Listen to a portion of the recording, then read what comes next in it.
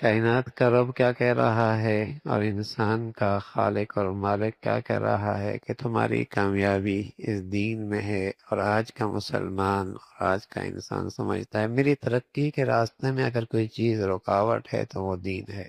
کیسی بد نصیبی ہے، کیسی سوچ اور فکر پر بربادی اور ہلاکت آئی ہے کہ اللہ کہہ رہا ہے کہ تیری منزل مقصود تب ملے گی، تجھے منزل مراد تب ملے گی، تم کامیابی کی منزل پہ تب جا پہنچے گا جب تو اس دین پہ چلے گا۔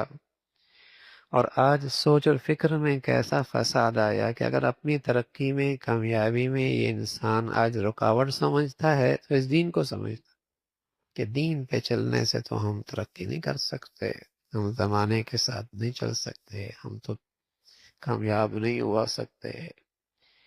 یہ اس کی سوچ اور فکر بن چکی ہے۔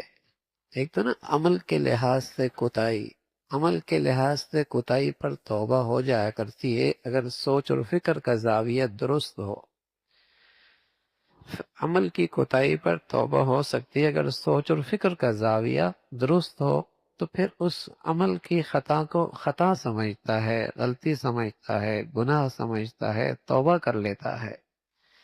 اور بدقسمتی سے اگر سوچ و فکر کا زاویہ ہی ختم خراب ہو جائے اور وہی سمجھے کہ جو خطا ہے یہی صحیح ہے، جو غلط ہے حقیقت میں یہی ٹھیک ہے، جو گناہ ہے حقیقت میں یہی ترقی ہے، یہ بڑی ہلاکت، یہ بڑی بربادی ہے۔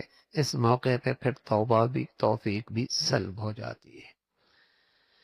تو آج کی جو نئی زندگی کا انداز ہے نا، وہ صرف عمل کی خطا تک نہیں انسان کو رہنے دیتا، بلکہ ساتھ ساتھ ایسا لٹریچر ہے، ایسی تعلیم ہے، ایسا نظام ہے کہ جو اس کے سوچ اور فکر کا زاویہ ہی بدل دیتا ہے۔ بس اوقات آدمی بہت غلط کام کر رہا ہوتا ہے لیکن بڑے اخلاص سے کر رہا ہوتا ہے کہ ملک کے لیے کر رہا ہوں، قوم کے لیے کر رہا ہوں، اچھا کام کر رہا ہوں، ترقی ہو جائے گی، کامیابی ہو جائے گی۔ یہ بہت بڑا غلط کام، اللہ کی بہت بڑی نافرمانی، خالق اور مالک کے غضب دلانے والا کام کر رہا ہے، لیکن چونکہ اس کی سوچ اور فکر غلط ہو گئی، اتنا غلط کام بھی یہ اچھے انداز سے، اچھی نیت سے کر رہا ہوتا ہے کہ اس سے یوں ہو جائے گا، اس سے یوں ہو جائے گا۔ تو یہ سوچ اور فکر پر جو حملہ ہوا وہ اس نظام تعلیم سے ہوا، اس زندگی سے ہوا جو اس کے ارد گرد ہو رہی ہے، جس نے اس کا سوچ اور فکر کا زاویہ ہی بدل دیا۔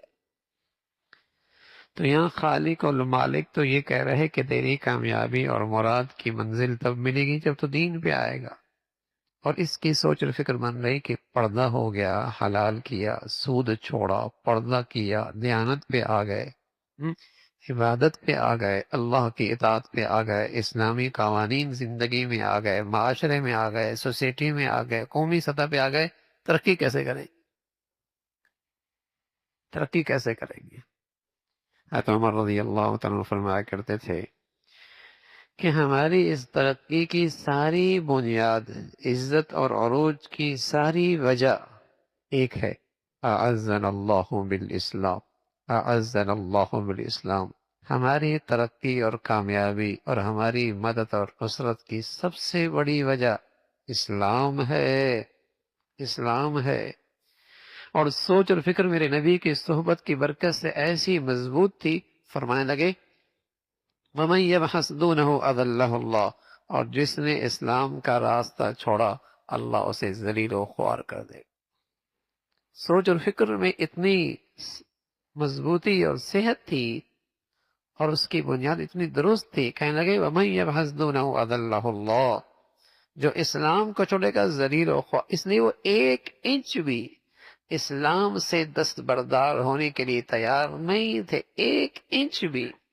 وہ تو اتنے مضبوط تھے نا، جو آج کی نظر میں کہتے ہیں بڑا سخت ہے، بڑا سخت۔ انہیں پتا تھا کہ اسلام کا راستہ چھوڑا ہماری بربادی شروع، تو وہ تو اسلام کے ایک انچ سے بھی دستبردار ہونے کے لیے تیار نہیں تھے۔ ان کی تمام تر کامیابیوں کی وجہ اسلام پر مضبوطی اور کسی بھی رخ سے لچک دکھانے کے لیے وہ تیار نہ تھے۔ اور پھر قیصر و کسریٰ کی سلطنتیں ان کے پاؤں کی گرد بنی، ایک شریعت کے ایک حکم سے بھی اور ایک ادا سے بھی اور ایک سنت سے بھی دستبردار ہونے کے لیے تیار نہیں تھے. اعزنا اللہ بالاسلام ومن یبحث دونه اذلہ اللہ.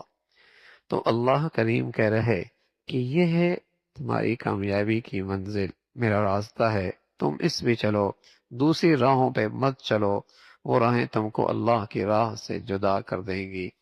اور اللہ تمہیں اس کا تاکیدی حکم دیتا ہے، یہ اللہ تمہیں وصیت کر رہا ہے، تاکیدی حکم دیتا ہے تاکہ اس راہ کے خلاف کرنے میں تم احتیاط رکھو، تاکہ تم احتیاط رکھو.